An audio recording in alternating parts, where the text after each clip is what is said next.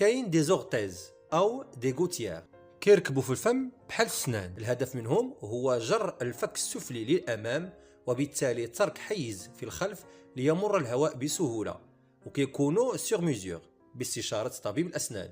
أما اللي ما خدم معاه حتى شي حاجة من هادو يمشي عند الطبيب اللي غادي يشوف بالمنظار وبالضبط مكان تضييق مجرى الهواء، وغادي يكون التدخل ديالو شيروجيكال، عملية توسيع مجرى الهواء في الأنف أو في البلعوم فارنكس.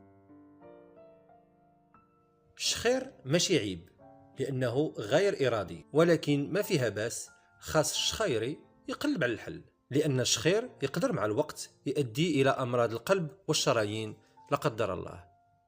الله ينجيكم من كل شر، حفظكم الله ورعاكم. شكرا على حسن متابعتكم، لا تنسوا دعم القناة والاشتراك، نحن في الخدمة ورهن إشارة أسئلتكم.